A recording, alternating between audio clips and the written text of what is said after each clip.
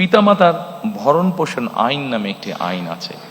এই আইনটিকে আমরা যতটুকু সম্ভব কার্যকর করতে চাই। আমাদের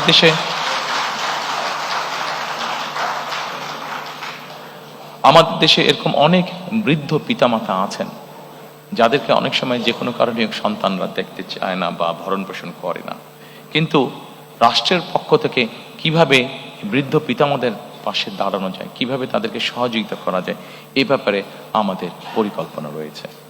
আমরা আশা করি আমরা ইনশাল্লাহ দেশ পরিচালনার সুযোগ পেলে পরে আপনারা যারা আজকে উপস্থিত আছেন এই কাজটিতে যখন আমরা হাত দিব, আপনারা যারা সিনিয়র সিটিজেন আছেন আমাদেরকে সহযোগিতা করবেন। Thank you.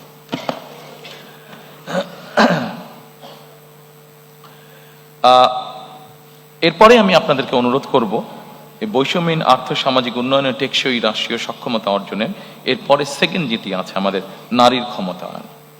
নারীর ক্ষমতায়নের ব্যাপারে এর আগেই বলেছি যে আমাদের যে ফ্যামিলি কার্ডটা, এটার মূল লক্ষ্য বা উদ্দেশ্যটা কি? মূল লক্ষ্য বা উদ্দেশ্য হচ্ছে, আমরা যদি জিনিসটাকে এইভাবে দেখি, এর আগে বেগম খালেদা জিয়া যতবার রাষ্ট্র পরিচালনা করেছেন আপনাদের সকলেরই ধারণা আছে যে নারীদের শিক্ষা ব্যবস্থা ক্লাস 1 থেকে 12 পর্যন্ত নারীদের শিক্ষা ব্যবস্থা উনি ফ্রি করেছিলেন।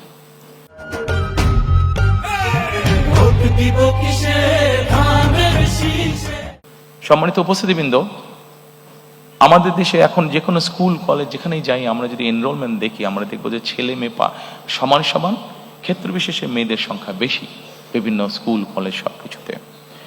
এখন শুধু শিক্ষা দিলে তো হবে না, আমি যেটা আগেই বলেছি, শিক্ষার পাশাপাশি আমাদেরকে অর্থনৈতিকভাবে সামাজিকভাবে এই নারীদেরকে আমাদেরকে প্রতিষ্ঠিত করতে হবে।